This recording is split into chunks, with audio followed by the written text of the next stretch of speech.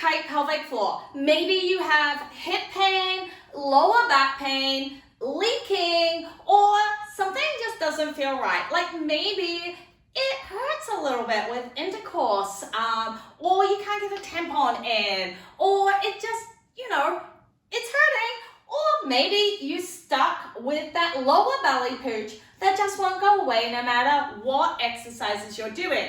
Well, here's the thing. Sometimes core exercises, so even diastasis safe exercises, can actually tighten our pelvic floor.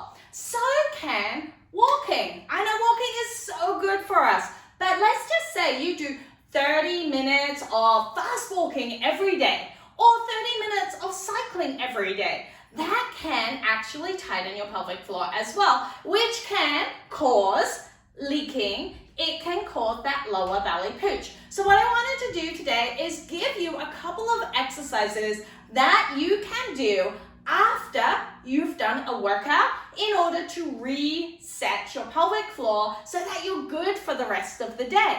Alrighty, I'm Katrina and I have the Confident Fitness for Mums programs, and I am really excited to help you with this. So let's come down, and one of my favorite exercises is a wide child's pose. So in doing this, you're going to have your knees wider than your hips, bring your arms forward, and then lengthen those glutes back. Try not to tuck under, really focus on lengthening and thinking about widening those sit bones as you go back. Place the head down and inhale and allow the belly to expand. I know a lot of the times we don't let that belly expand, but we want to inhale, allow the belly to expand, and you'll feel the pelvic floor relax. And then exhale, don't cue anything on the exhale, just long, slow exhale.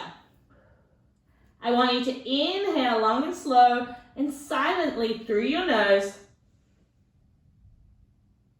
Exhale long and slow through your mouth.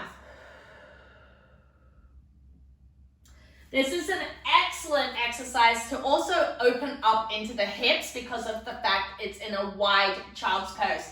This can be done on your bed, it can be done on the floor. It doesn't need to be perfect, but it's just great for opening into the pelvic floor, opening into the hips. All right, let's come down. My next favorite is the happy baby pose. So rolling around, and I want you to think about opening up the knees. So you can have your hands under your knees like this and open up, or you can go right up and open this way. And again, when we're in this position, you're going to inhale, allow the belly to rise, and exhale, long and slow. I also like doing a little bit of movement in this area because that helps stretch out the inner thighs, lengthen the glutes, helps out with the hips. Now, if you find that it's really tight, so let's just say doing that, you're feeling quite a bit of tightness in those inner thighs, that's likely caused by internally rotated hips, which also causes pelvic floor tightness. So you want to work on releasing and relaxing into that area too. I do a lot of that in the 8-week progression. We work through that tightness as well as strengthening everything. But if you're particularly tight, my pelvic floor release and relax program, which is just 5-minute stretch sequences, along with learning to release your pelvic floor internally and assess your own pelvic floor, is also available, and I'll link it below later on. All right, coming up, because sometimes you can't get to the ground. Maybe you're going off for a walk and you're like powering it out, and you're starting to feel like maybe your hips are getting tightened. So a couple of things you can do with that. I always suggest, if you're running or you're walking or anything that's very front back a lot, if you can stop when you're doing a water break and actually do some side steps, you're going to help relax into the pelvic floor. So just kind of moving in different ways. Maybe you want to do some monster steps as you're walking. Maybe you're at the park with your kids and you can get some different directions. The thing with our pelvic floor and tightness is most of what we do every day is this front back motion, right? Think walking, think biking, think squatting, think rowing, think bending over, picking things up. But our pelvic floor's muscles go front back, they go to the side, and they go diagonally, and they work up and down. So if you're only working this way, we're going to get a lot of tightness in certain areas that aren't getting worked as much. So we want to think about stepping to the side sometimes, stepping diagonally other times, okay? So what you can do is throughout the day, try and do things like some lateral lunges, right?